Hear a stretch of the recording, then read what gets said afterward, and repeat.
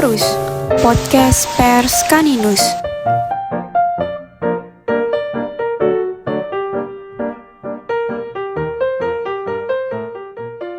Oke, assalamualaikum warahmatullahi wabarakatuh. Waalaikumsalam warahmatullahi wabarakatuh. Jadi di sini kita ada salah satu program dari Kaninus, yaitu Porus. Porus itu kepanjangannya itu podcast Pers Kaninus gitu. Nah, ini perdananya kita nih. Ini pertama kalinya kita melaksanakan kegiatan ini. Terutama di angkatan tahun 2020-an ini. Nah, di sini kita sudah ada pembicara dari podcast untuk pertama kali ini. Beliau ini adalah seorang yang sangat luar biasa, friend. Long time no see, sekali sih itu kita melihat luar biasa wajahnya semakin tampan, semakin keren. Nah, beliau ini adalah Mas Ilham, yaitu Ketua Kaninus periode sebelumnya. Nah, langsung aja ya, kita kenalan langsung ke Mas Ilham. Mulai dari nama sampai riwayat hidup mungkin Mas, bisa diperkenalkan Mas? Oke, selamat pagi teman-teman semua, selamat pagi bro. Terima kasih banget ya udah diundang ke sini. Ya, merasa istimewa ya, karena ya aku kira sudah selesai gitu Desember, ternyata masih ada yang mempedulikanku, ya ampun. Kalau bicara riwayat dari mana ya? Ya nama dulu deh ya. Namaku Ilham Nuriman. Ya mungkin tempat tanggal lahir ya. Aku lahir di Kediri 5 September 99. Ya kalau di bidang ini bicara riwayat dikit-dikit aja ya. Sebenarnya aku dari SMA itu pengen banget ikut pers. Cuman waktu aku SMA itu sama mamaku nggak boleh aku ikut organisasi apapun. Jadi aku cuma bisa memandang teman-temanku yang lagi liput, yang lagi ngedit. Aku nggak ada kesempatan sih. Emang nggak boleh, udah kan taat orang tua kan. Nah habis itu, jadi selama 3 tahun itu aku nggak menyentuh sama sekali yang namanya pers, yang namanya dunia pereditan gitu, yang formal. Dan pada akhirnya aku justru mengumpulkan teman-temanku yang punya minat yang sama ya kan, yang sama-sama kayak ngedit video, justru kita bikin suatu komunitas gitu, namanya PAL. Waduh, PAL ini apa? Pertanyaan bagus, waduh, walaupun nggak ada yang tanya ya. Jadi PAL itu adalah peromba asam laktat. Jadi peromba asam laktat maksudnya ini gimana Mas? Gimana? Maksudnya?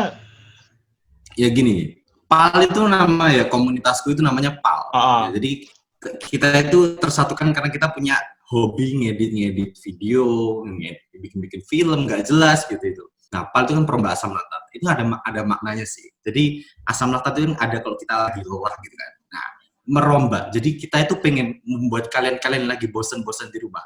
Ini langsung tergugah jiwanya dengan karya-karya kita. Gitu.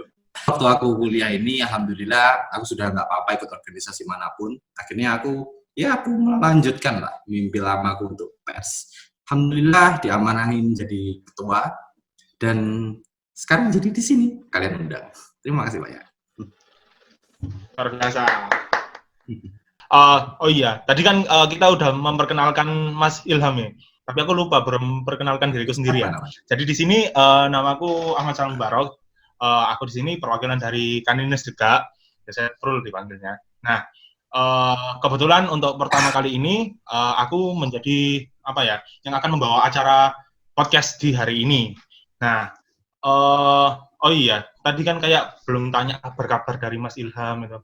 Gimana Mas kabarnya Mas sekarang Mas?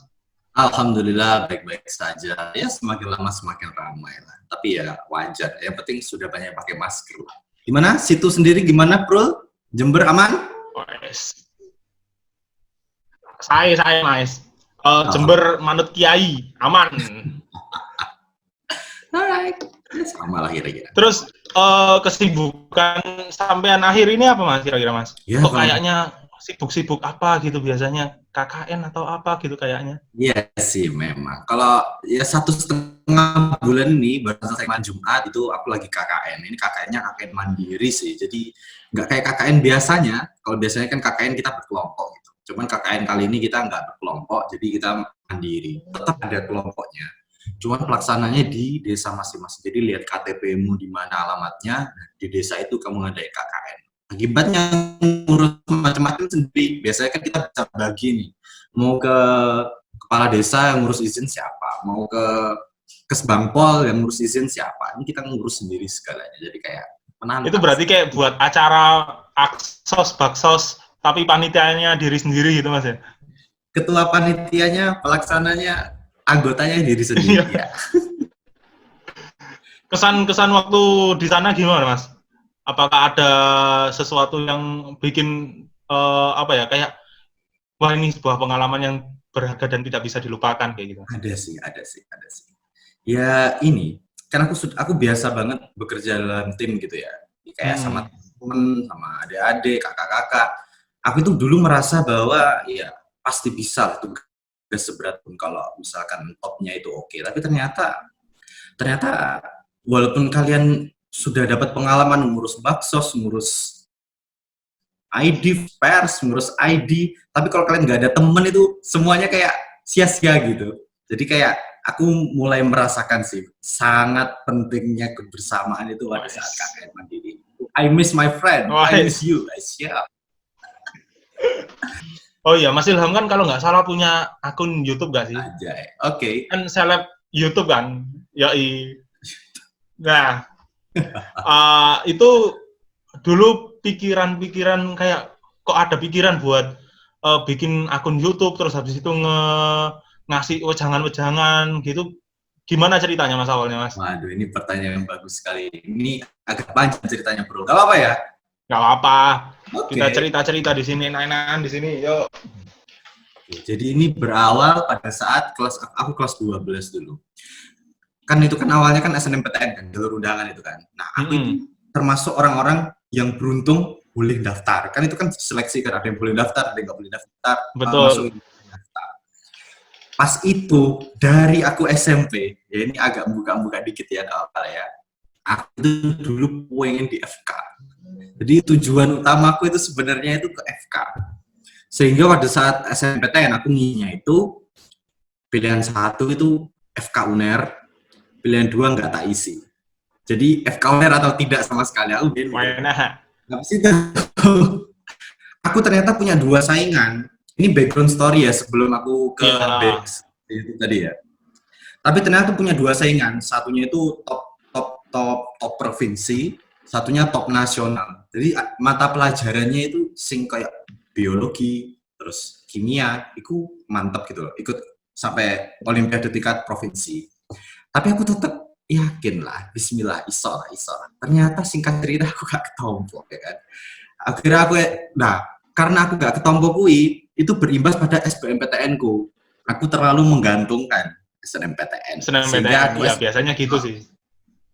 Aku sebetulnya tahu ya dari cerita-ceritanya orang. Cuman ya pada akhirnya aku melakukan kesalahan yang sama gitu. Akhirnya singkat cerita SBMPTN aku belajarnya nggak maksimal, kan? Terus gak ketompo apa akhirnya. Aku ikut ujian mandiri di Universitas Muhammadiyah Malang, gak terima. Di UM terima. Mandiri UNER gak terima. Ya Allah, gak ketompo-tompo, gak terima gimana ini? Akhirnya aku itu kayak bingung gitu. Soalnya setiap kali ada pengumuman, pasti teman-teman bilang kling, selamat. Aku sakit hati. Mempengaruhi psikis ya? Iya, itu mempengaruhi psikis itu. Ya apa ya? Luarnya tersenyum bisa gitu. Dalamnya menangis. Itu di support ini sebenarnya. Iya. Nah, akhirnya dari situ ya, aku kayak merasa aku butuh motivasi gitu. Akhirnya aku ikut di UNED. Dan aku singkat cerita, alhamdulillah, aku puasa Facebook, puasa YouTube, puasa buka IG, aku buka WhatsApp cuma pagi, jadi benar-benar puasa selama sebulan sebelum aku ujian, dan alhamdulillah aku terima. Saat aku udah terima, aku itu butuh informasi, UNED ini ada apa gitu. Sehingga waktu aku cari di internet, ternyata ada informasi itu ya kayak yang bikin angkatan 2013, angkatan 2012, sehingga informasinya itu kayak lama banget gitu loh. Nah, aku merasa, pasti adik-adikku itu ada yang merasa galau sama kayak aku dulu itu, galau-galau itu. Terus pasti juga penasaran gitu lah apa yang akan terjadi di FKG ini. Nah makanya aku berinisiatif. Ya barangkali aku bikin video ini bermanfaat. Bermanfaat sekali loh. manfaatnya emang banyak sih kalau menurutku ya Mas ya. Aku sebagai salah satu penikmat video dari Mas Ilham Terima itu, kasih. nah itu wah banyak manfaatnya juga ya ternyata. Sedikit informasi lah, kayak ada gambaran lah kira-kira di Jember nanti aku harus kayak gimana gitu. Ya. Ngomongin soal tadi kan Mas Ilham kan bilang milih FK, milih FKG gitu kan. Yeah. Dulu alasan milih FK itu apa Mas? Terus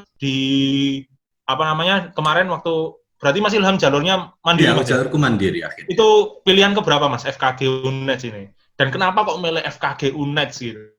Oke, jadi ada tiga pertanyaan ya. Kenapa FK? Langsung 3 pertanyaan. Oke, urut nomor 1 dulu. Kenapa FK? Aku tuh dari dulu pengen jadi dokter spesialis anak. Entah kenapa. Spesialis anak. Nah, terus cocok. Iya, cocok. Kak betul nih baca. Cocok kok. Karena juga ayahku itu dokter gitu. Jadi mungkin ada pengaruh dari situ. Ayahku dokter, kakakku dokter, dan saudaraku juga banyak dokter. Jadi mungkin aku pengaruh ya mau masuk di FK ya karena lingkungan juga. Terus aku juga pengen jadi dokter spesialis anak. Terus jadi yang kedua kenapa di FKG, UNED, terus tadi pilihan keberapa gitu ya? Ya jujur karena aku awalnya mau jadi FKG pilihanku yang kedua. Jadi aku diterima di pilihan yang kedua. Dan kenapa di FKG UNED? Awalnya itu aku mandiri itu 2 pilihan sih, di Undip atau di UNED. Kalau dulu itu nggak salah. Nah itu seleksinya bareng. Akhirnya aku harus memilih salah satu di antara keduanya. Dan aku akan menjatuhkan pilihan ke FKG UNED. Ya kira-kira begitulah. Ya alhamdulillah. Aku itu nggak nyangka loh aku akan keterima di FKG itu. Karena di pikiranku aku hanya FK. Tapi ternyata setelah aku masuk di FKG, mantap lah. Tidak. Kalau SBM dulu milih mana Mas? SBM dulu. Terus struggle-nya perjalanan belajarnya mulai dari SNM, habis itu ngedon karena kegagalan, habis itu masuk ke SBM, terus ngedon lagi, itu kan kita itu kayak bener-bener butuh semangatnya tinggi gitu. Ya. Membalikin, kan biasanya itu kayak orang-orang itu kan kalau udah ngedonnya ya wis lambo lah wis kayak gitu kan. Nah, itu aku ngelihat Mas Ilham ini sama sekali nggak ada seperti gitu. Nah, mungkin ada tips-tips kayak gimana Mas? Tips-tips apa ya kalau tips-tips ya? Tapi yang jelas gini, aku dulu itu sempet sedih banget sih nggak keterima di SBM itu. Bahkan aku waktu aku ikut ujian mandirinya UNED, aku itu kayak bingung kalau aku nggak keterima di UNED, oke fix, aku akan kerja. Aku sudah fix mikir gitu. Jadi aku nggak mau gap year, aku mau kerja lah sekalian. Toh aku kuliah nanti buat bekerja kan. Akhirnya aku nyari-nyari di internet dan agak kurang ajar ya sebenarnya ya Instagram itu. Aku buka di Instagram, terus pas aku ingin menenangkan hatiku. Aku nggak mau lihat orang-orang yang keterima. Lah aku buka Instagram di sini Twibbon kabeh toh. Hatiku ya Allah. Terus akhirnya aku tutup di Instagram. Ngolo aku. Mau jadi bahasa Jawa, nanti gak ada yang ngerti nanti ya. Oh iya. Sepurane ke bawah. Akhirnya waktu aku pusing di Instagram itu, aku nutup Instagram beberapa minggu, buka lagi, dan ternyata di Instagram itu ada iklan di mana, sebelum aku buka iklan ya. Jadi itu aku nyari-nyari di internet gitu loh, kayak cerita-cerita kegagalan, karena aku sudah gagal SBM nih, gagal mandiri, gagal SBM, gagal undangan, cerita-cerita kegagalan, orang-orang yang nggak naik kelas, ceritanya tak baca semua, orang yang biar tak baca semua, buat menenangkan hatiku. Terus salah satu postingan di situ itu kalau kamu nggak kuliah, kerja menghasilkan uang dengan apa yang kamu punya. Nah, aku merasa ya, belum tentu benar. Aku merasa ya ada sedikit lah bisa di bahasa Inggris. Jadi aku mungkin aku bisa nerjemahin dokumen pada saat itu. Akhirnya aku nyari-nyari di Instagram, tadi itu ada iklan. Aku ndelalai kurang ajar Instagram. Dia itu mengirimkan iklan gimana? Anda butuh kerja, Anda bisa berbahasa Inggris. Anjir. Biasanya iklannya itu sesuai dengan apa yang kita cari gitu biasanya. Nah itu, kayaknya iya bener itu. Akhirnya aku klik kan, ya memang namanya butuh ya. Klik, aku ikut seleksinya. Dan aku keterima, bos. Jadi aku itu keterima kalau aku itu punya ya minimum skill gitu lah. Jadi udah aku sebenarnya bisa dapat uang dari situ. Terus habis itu aku ikut ujian mandiri dan ternyata ya alhamdulillah keterima. Dan pada saat aku jeda antara SBM sama Mandiri, aku merasa manusia paling apa ya, paling soleh sedunia. Kayak ya apa ya, kakek dusta loh kan. Akhirnya aku mulai merasa, aduh, hidupku ini terlalu banyak dosa, ini butuh dihilangkan ya dosa-dosa. Jadi kayak Ibadahnya pasti di tak gitu ya. iya, tenan itu. Tapi ya merasa bersalah, ya Allah, kenapa aku baru mengingat pada saat kepepet seperti ini, astagfirullahaladzim. Ya jadi sebenarnya yang membuat aku semangat ya lebih ke diri sendiri sih. Soalnya kalau orang lain mereka pada saat itu merayakan kemenangan mereka masing-masing, ya orang tua paling penting orang tua. Nah, oke, kemudian setelah masuk FKG nih, apa yang sampean rasakan? Apakah kira-kira shock gitu mungkin dengan kultur yang ada di FKG atau gimana? Kalau shock enggak sih, ya ada sedikit apa ya, sedikit adaptasi lah. Soalnya kalau di sini, aku tuh jujur pertama nggak tahu di Jember itu posisinya di mana di map itu nggak ngerti. Dan ternyata kan deket Madura kan, akhirnya kan kayak ngelebur gitu. Ya aku kan orang Madura kan agak keras gitu kan, apa nadanya. Jadi ya agak kaget sih. Mana?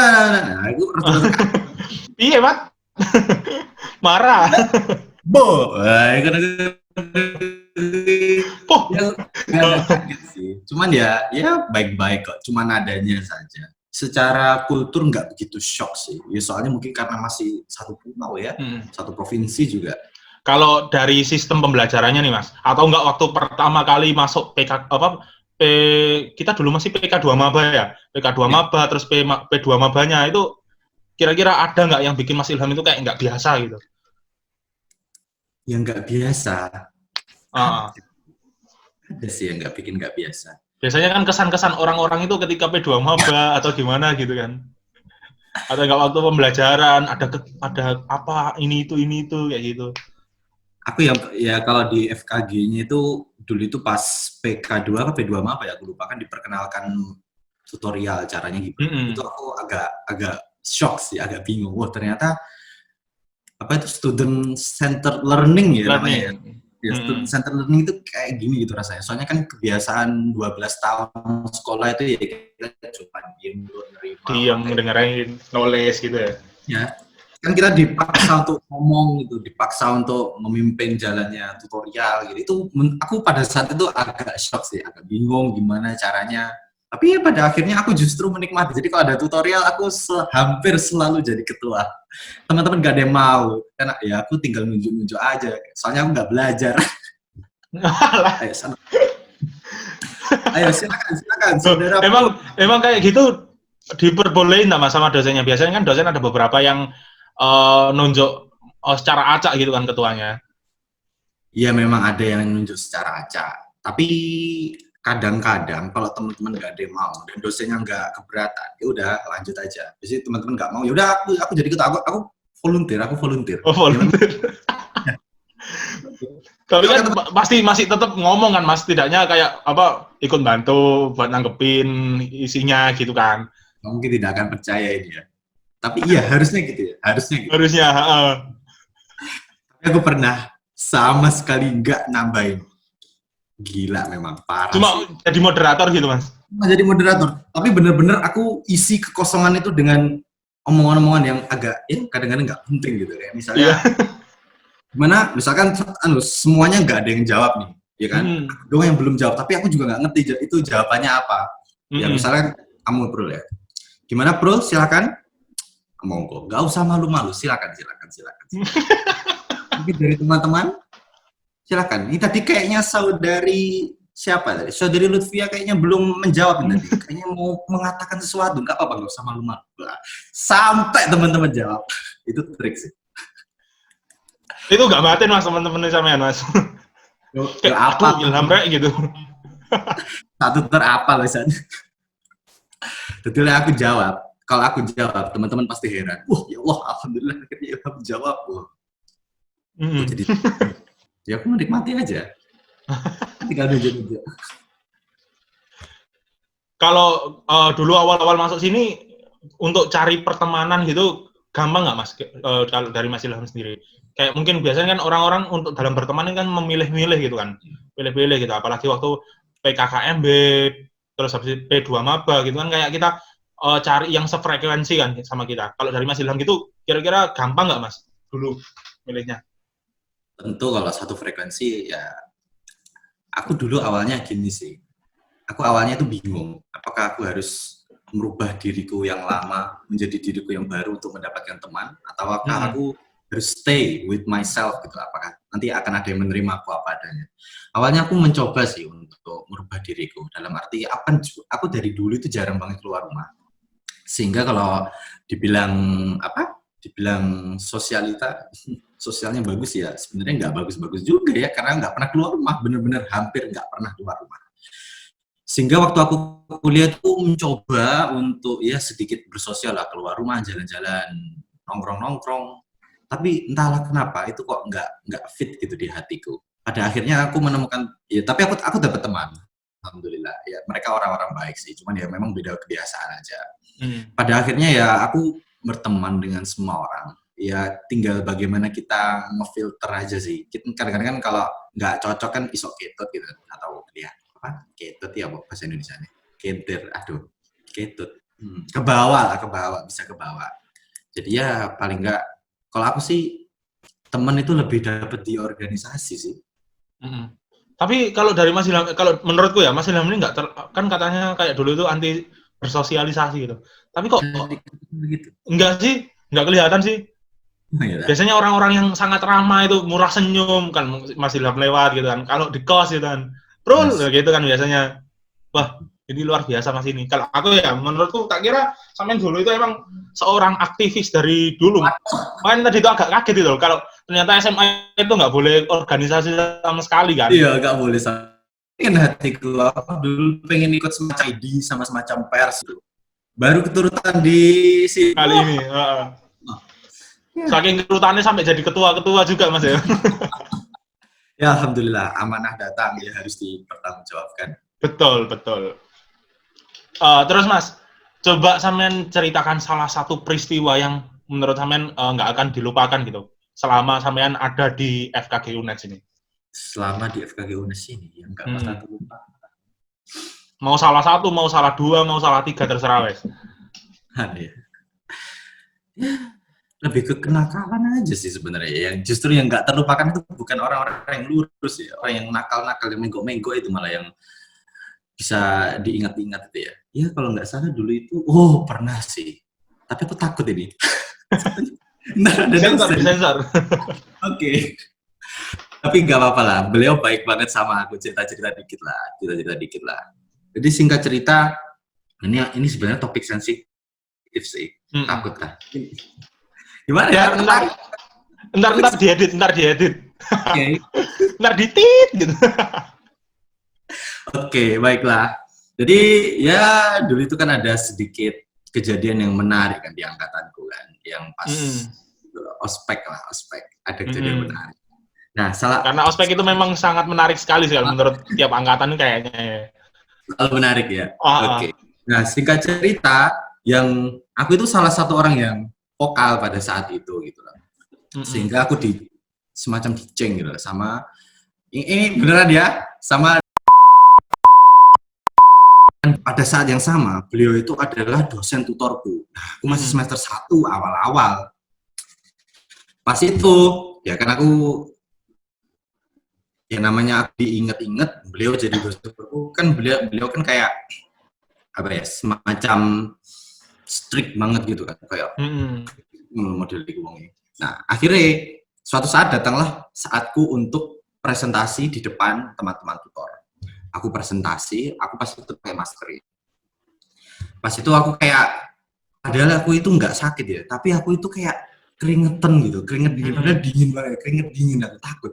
Aku presentasi, tang, terus sudah selesai presentasi, teman tuh tanya, permisi saudari Ilham, saya mau bertanya, ini tadi untuk penyerapan mineral itu di mana saja ya, kalau nggak salah gitu katanya. Nah, aku ini sok-sokan karena PPT ku rada-rada kopas gitu.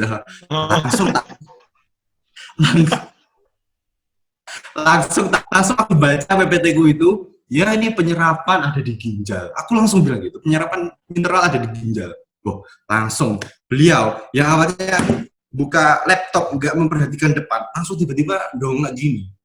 Lihat aku, kaget aku kan. Habis itu, apa le? Oh, mateng aku, oke jawab. Terus aku ada jawabnya, penyerapan mineral dokter. Di mana penyerapan mineral? Di ginjal. Terus orangnya kayak mulai kayak, shock. Paham. Terus baru nggih maaf dokter, saya salah. Terus habis itu dibilangin, kowe gak popo le kritisoe gak popo, tapi sumbu to karo pinter mulu. Anjing. Sakit itu. Nusuk banget itu kata-katanya. Sumpah. Iya. Gila sih gue. Aduh, tapi wongnya wapian pas Indo. Wapian banget alhamdulillah. Sangat sayang loh, aku terharu aku ya Allah. Ternyata ya mungkin dianggap sebagai pembelajaran kan. Ya apa ya? Ekspresian cinta itu setiap orang beda-beda. Berbeda-beda. Itu menarik sih. Aku juga pernah kalau sama beliau juga sering kok juga kayak apa sedikit permasalahan dikit-dikit. Tapi mungkin menurutku itu adalah sebuah pengekspresian cinta sih. Soalnya loh beneran Mas. Soalnya beliau juga sering ngasih aku makanan. Dulu aku pernah disuruh ke rumahnya, disuruh ambil dikasih makanan 1 kotak gitu. Gara-gara apa ada kegiatan gitu kan. Terus ambil aja Mas, nggak apa-apa gitu. Memang pengekspresian cinta seseorang itu berbeda-beda, bener katanya Mas Ilham. Tapi juga kadang kena gitu. Itu harganya sih. Nah, dulu waktu aku Endo itu kan aku termasuk orang-orang yang terakhir kan, yang terakhir ngumpulin karena aku agak lambat gitu. Nah, beliau itu kayak semacam private gitu. Jadi kayak nge-ACC-nya itu kan ada 3 dosen pada saat itu. Aku lupa 2-nya siapa. Baris ini ke sini sama dokter ini, sini sama dokter ini. Ham, kamu sama saya. Waduh, privat alhamdulillah sih tapi. Jadi dibantu alhamdulillah. Tapi kayak bener-bener dibimbing gitu nggak sih Mas? Asli. Ya wes kamu gini, lakuin ini ke sini gitu nggak sih? Sangat itu. Minta izin apa-apa dikritik ini kok suratmu koyok ngene arep penyampaian izin FKG ya. Aku pada saat itu sakit hati ya, cuma dia. Oh ternyata ada benernya sih. Ngomong aku. Ngomongin soal skill lab tadi Mas ya. Tadi kan kita menyinggung Mas Ilham tadi kan menyinggung sedikit soal skill lab. Kira-kira momen-momen di skill lab yang dikangeni apa Mas? Momen-momen skill lab yang dikangeni. Assalam. Gak ada gak sih? Buruan lulus. Gila sih. Yang aku teringat-ingat itu ya waktu aku ini lagi-lagi sama beliau juga pas itu. Kenapa itu Mas? Pas itu ya Endo ya, masih Endo ya. Kan kalau mau ACC itu kadang-kadang ditanyain teorinya gini gitu. Nah pas hari itu aku kayaknya capek apa ya, aku lupa, aku nggak belajar. Nah habis itu tadi ceritaku nggak belajar aja, jadi jangan dianutin ya. Ya ambil yang baik aja. Nah itu bener. Aku pasti aku gak tahu intinya karena suatu hal. Nah terus aku ditekoi apa ngarani apa ditekoi kayak ini gimana. Terus habis itu ya aku jawab seadanya sebisaku. Terus balik ke mana? Konsinau nih aku suruh belajar lagi. Nah habis itu tapi waktu beliau kayak bilangin suruh kembali itu keras banget. Jadi sampai 2 kelas itu denger semua gitu loh. Jadi mereka yang lagi sibuk di meja masing-masing sampai belum dulu aku lihat ngomongin ya di sawang ngomong apa ya. Habis itu ya aku kembali kan, aku belajar tanya teman-temanku ini gimana kan bisa. Habis itu aku masih belum begitu hafal ya pas itu tanya. Ilham. Waduh, kaget aku. Itu beliau itu di kelas sampingnya. Jadi enggak gitu sampai ke kelasku. Ya, akhirnya ke sana terus teman bisa itu berkesan sekali. Berkesan. Jadi kayak itu biasanya kalau lagi ngapain apa kayak lagi mikir-mikir skill up gitu tiba-tiba terngiang-ngiang, oh iya aku dulu kayak gini gitu nggak sih? Indah untuk dikenang, jangan sampai ngulang. Jangan sampai ngulang. Emang endo itu susah itu, Mas? Kok kayaknya banyak yang pusing masalah endo gitu, Mas? Aku habis ini endo, rek, ya Allah.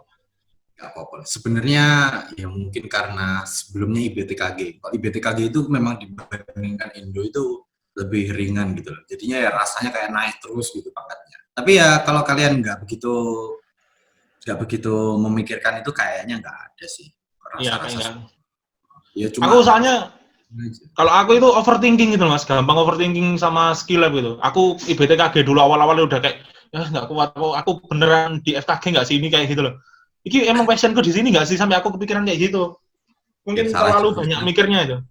Ada saran nggak, Mas? Kira-kira mungkin orang-orang modelan seperti itu kan biasanya insecure dengan skill yang punya gitu kan. Terus mikir lagi sampai mikir aku ini cocok gak sih masuk FKG kayak gitu.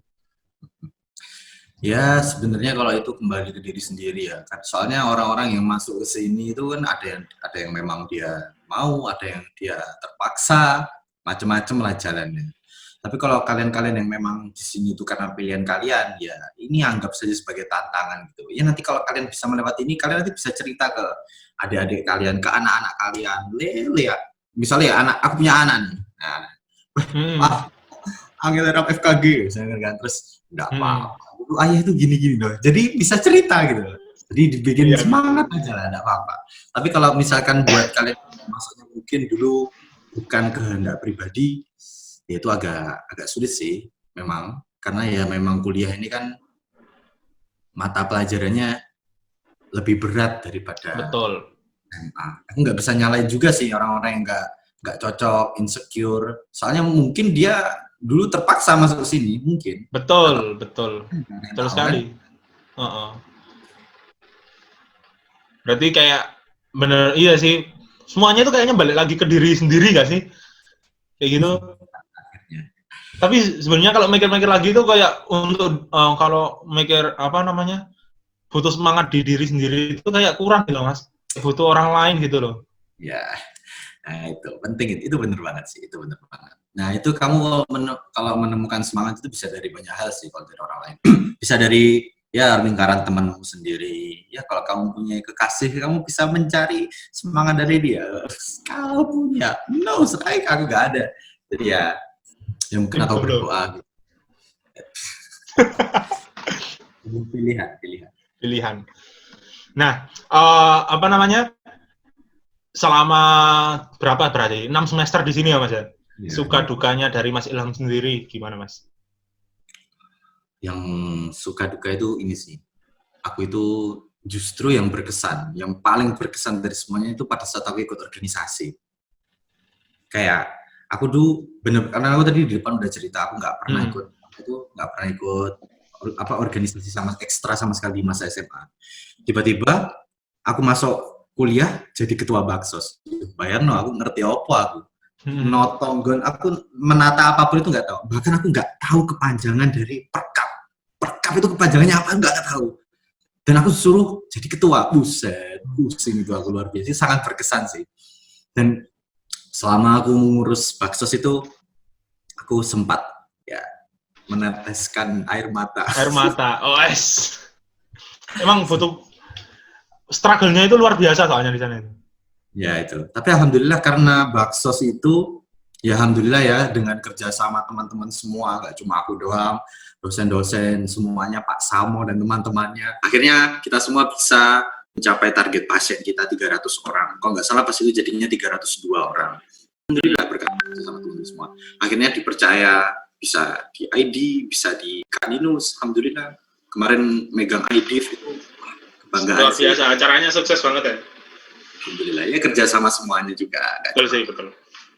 Kan berarti kan apa namanya berat banget kan nggak sih kalau hidup di FKG ini kalau menurut Mas Ilham sendiri? Bisa dikatakan menantang sih, jangan dikatakan berat lah ya. Oh menantang ya, bukan berat ya? Nah, kalau berat itu nggak bisa dilakukan, kalau menantang itu masih bisa dilakukan. Pernah terlintas nggak Mas di pikiran Mas Ilham itu, ya Allah kok aku sampai kayak gini sih?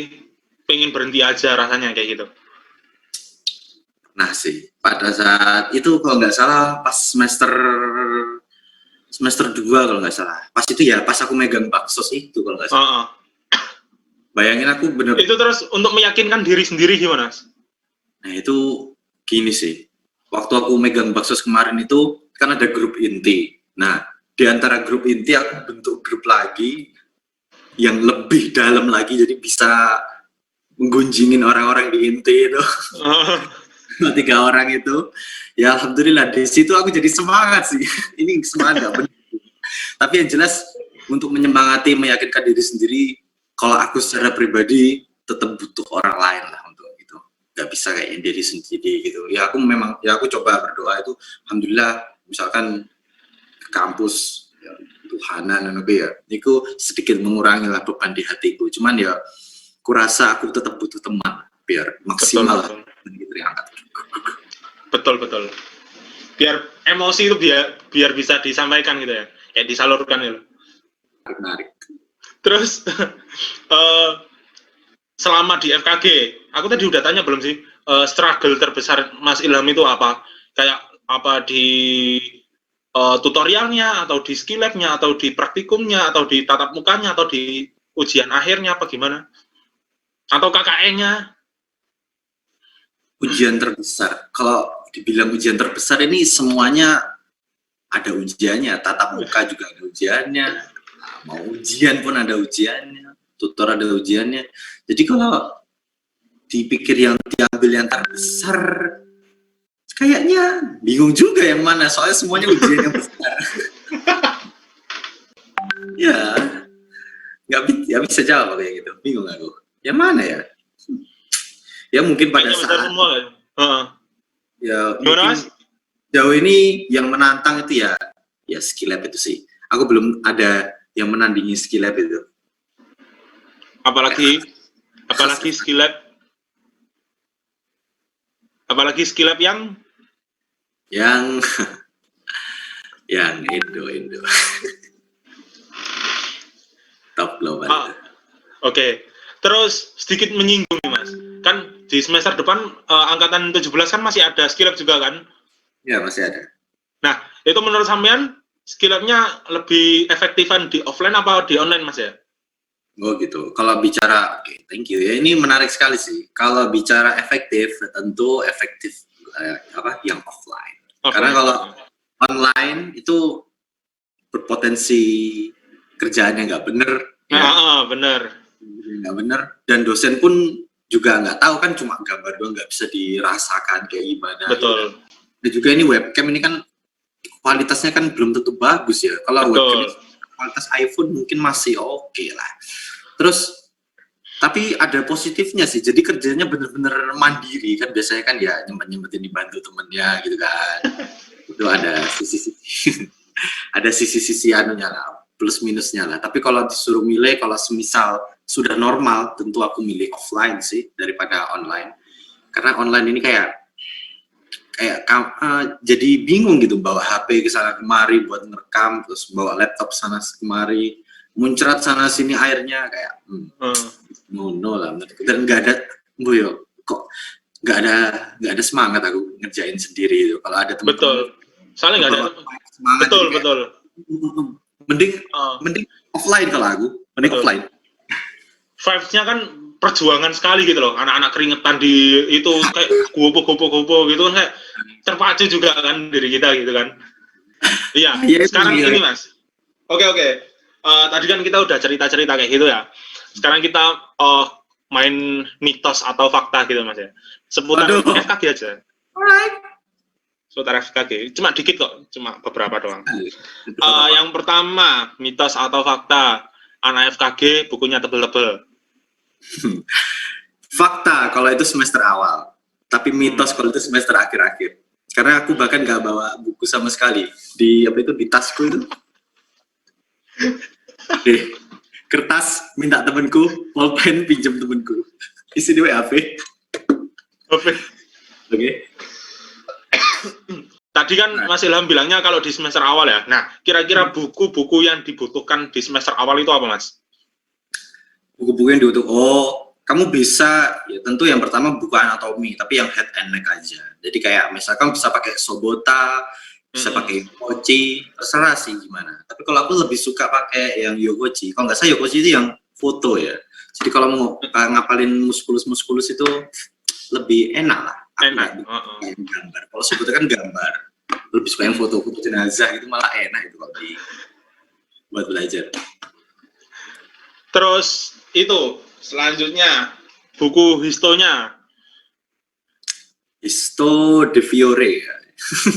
Biar De Fiore. Andalan lah. Kayaknya dari tahun ke tahun nggak begitu ganti-ganti dari dulu ya De Fiore itu. oh nggak boleh diganti sih. Iya. Kalau yang buku anatomi giginya Mas? Anatomi gigi aku kan kalau FKG suruh beli punyanya Dokter Ichi Ningsih itu kan. Kalau aku biasanya. suka pakai Wolfel sih. Kenapa Mas? Wolfel itu kayak ya pertama sampulnya lebih bagus dan lebih menarik gitu. Lebih ya, jadi asik dibaca. Terus dia informasinya yang aku tahu ya lebih lengkap sih. Itu kan ada yang berbahasa Inggris, ada bahasa Indonesia. Jadinya kayak nggak cuma orang-orang yang bisa bahasa Inggris doang gitu loh, yang bahasa Inggris juga ada. Itu kan lebih tebel, terus gambar-gambarnya bagus gitu, berwarna lah, intinya berwarna kalau Wolfel itu. Kalau Ichi Ningsih kan menarik. Aku lebih suka Wolfel sih kalau itu. Paling penting e-book gak sih? E-book, jurnal-jurnal, aku kalau nyari sumber-sumber jujur lebih suka nyari-nyari di internet sih, soalnya ya Bener. kan juga banyak ya, legal atau ilegal, tapi yang jelas itu banyak. Betul. Jadi tinggal baca, cari, kalau teman punya tinggal copy paste, nggak usah beli mahal-mahal. Kan kalau di internet kan bisa di CTRLF kan. CTRLF kan bisa langsung cari. Kalau di buku kan kudu malik gitu. Oh, mana? Oh, Pekel. langsung aja. Iya benar. Oh iya, mitos atau fakta. Balik lagi ya ini ya. Tren yang dinding, Bang. Alat-alat di FKG itu banyak. Fakta. Bukan maksudku alat-alat yang kita beli yang dibutuhkan itu banyak. Kalau menurutku itu fakta sih. Termasuk banyak sih itu. Karena ya kalau menilai banyak dikit kan subjektif ya. Tapi aku rasa untukku dari aku semester 1 sampai semester 6 ini ya cukup banyak sih alat. Habisnya juga sampai jutaan. Slow. Berarti fakta juga ya kalau harga pokoknya alat-alat harga FKG ini mahal-mahal. Kalau mahal-mahal ya kadang murah, kadang mahal, tapi kalau di agregat banyak ya banyak. Fakta. Oh iya. Terus lagi mitos atau fakta. Jadi anak FKG itu harus bisa pinter-pinter bagi waktu. Kalau bagi waktu itu kayaknya iya sih, itu fakta, harus bagi waktu kan ya. Karena kalau kalian nggak bisa bagi waktu, ya kayaknya aku salah satu orang yang kesulitan bagi waktu soalnya. Apalagi waktu awal-awal itu aku menjabat organisasi itu, aku benar-benar hampir separuh jiwaku itu untuk organisasi. Separuh ya, jiwaku untuk organisasi, sehingga kuliah agak kesulitan aku. Tapi ada kok teman-temanku yang dia memang bisa bagi waktu, jadi ikut ini, ikut itu, ikut ini, JDS, ikut P2 Maba, itu kan acara gede-gede berat-berat itu. Tapi mereka bisa. Jadi ya, fakta harus bisa bagi waktu kalian, kalau kalian nggak mau keteteran sendiri. Terus mitos atau fakta, kalau anak FKG itu tidurnya kurang banget, atau kurang gitu. Kurasa fakta sih. Tapi alasan mereka kurang tidur itu ya macam-macam. Oh iya sih. Nggak bisa digeneralisir kalau tiap malam belajar gitu kan. Biasanya ada yang gak karuan. Seberapa persen ya kayak gitu mungkin ada. Kalau aku kayaknya bukan golongan yang itu sih. Iya, kekurangan tidur, tapi bukan karena itu. Itu apa karena insomnia apa emang gimana gitu Mas? Kalau alasan Mas Ilham tidurnya sedikit. Kalau aku bukan karena insomnia sih. Aku lebih ke malam itu aku gunakan waktu untuk mikir besok. Misalkan izin surat lebih organisasi lagi ya. Jiwa itu lebih organisasi sebetulnya. Jadi kalau malam itu lebih aku nata-nata data, nata-nata file, benar-benarin file buat besok. Kalau aku mau koordinasi, aku mau ngomong apa, aku kalau misalkan rapat mau ngomong apa gitu, itu aku tulis dulu malam-malam gitu biasanya. Jadi kayak biar lancar lancar gitu. Jadi malam itu aku gunakan waktu untuk gitu sehingga ya kadang-kadang kurang tidur, lebih ke seperti itu. Oke, lagi mitos atau fakta kalau kebanyakan dari mahasiswa itu biasanya kalau perkuliahan itu tiba-tiba ketiduran gitu, Mas. Itu fakta sih. Aku bahkan menjadi salah satu orang yang paling sering ketiduran mungkin ya. Bukan paling sering, kalau di angkatanku ada sih juara tidurannya. Cuman aku adalah salah satu orang yang juga sering banget ketiduran itu. Dulu pernah waktu aku semester 1, itu Dokter Novi kalau nggak salah dulu itu yang ngajar ya. Pas itu lagi beliau ngajar gini gitu, aku di belakang ketiduran ya. Aku itu kayak udah ngantuk banget gitu. Kan pas itu masih ospek ya, jadi kerjain tugas-tugas itu banyak banget. Aku kayak ngantuk gitu kan, ketiduran. Seret. Kamu. Aduh, mateng aku. Tak kira itu sampingku, soalnya sampingku itu juga ketiduran gitu loh. Aku nyantai aja kan. Kamu, aku lihat dokternya biasa gitu. Ya kamu mas, kamu. Terus aku kayak nunjuk loh. Saya dokter. Iya kamu, cuci muka sana. Waduh, isi rek. Kon metu, cuci muka, balik tak aku.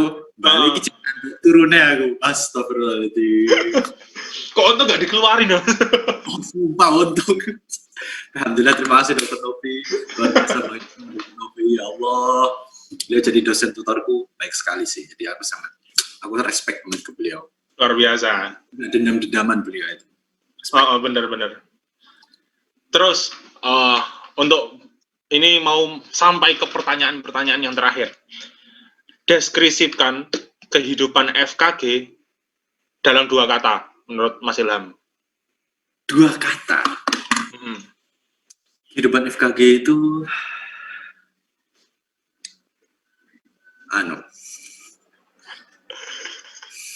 2 kata apa ya? Mungkin ini. Beri aku 5 detik ya, 5 detik. Oke.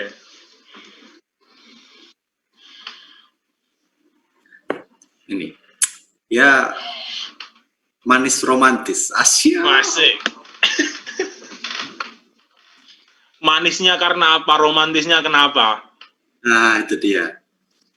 Karena gini, kalau romantis itu kan kadang-kadang kita, ya kalau di dalam suatu hubungan ya, kan kadang-kadang yang membuat suatu hal romantis itu karena pahitnya di masa lalu kan, seperti itu. Betul. Merasakan itu.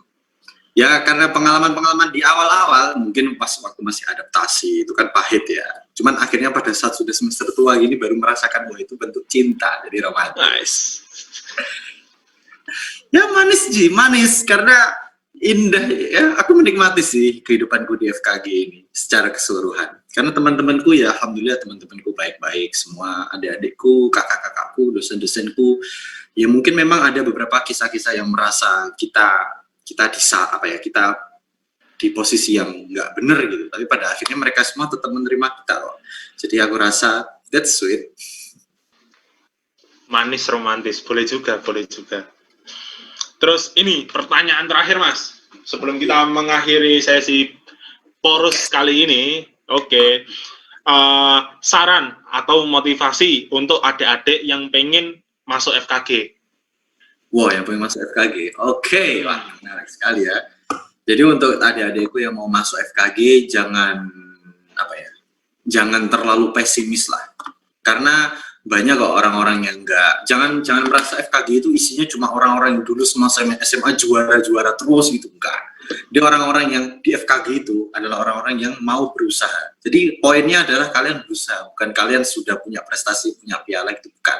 Aku selama di SMA nggak punya piala sama sekali, aku nggak punya piagam kemenangan apapun sama sekali. Toh ternyata takdir membawa aku ke sini. Nah, kalau kalian berusaha dan berjuang, insya Allah kalian juga bisa bersama teman-teman di sini. Jurusan apapun lah, jadi nggak usah pesimis. Insya Allah, ya pokoknya berdoa, ya kan? Doa, terus restu orang tua itu juga penting. Insya Allah bisa. Kira-kira secara keseluruhan itu sih. Sekalian Mas, promosiin channelnya Mas Ilham nih. Mumpung kan kita di sini kan, siapa tahu nanti mereka kan kayak butuh gambaran gitu kan, apalagi kan untuk semester 1 ini kalau nggak salah maba kan akan melaksanakan kuliah secara online, jadi kan mereka belum pernah ke Jember sama sekali. Nah, mungkin Mas Ilham bisa mempromosikan gitu, biar tahu di Jember itu ada apa sih, terus gimana gitu. Iya, ini benar. Ini jadi untuk angkatan 2020, buat kalian yang masih mau tanya-tanya, siap. Tanya-tanya, mungkin bisa ke BEM yang pertama, ke BEM. BEM itu kan pasti dia mau jawab pertanyaan-pertanyaan kalian.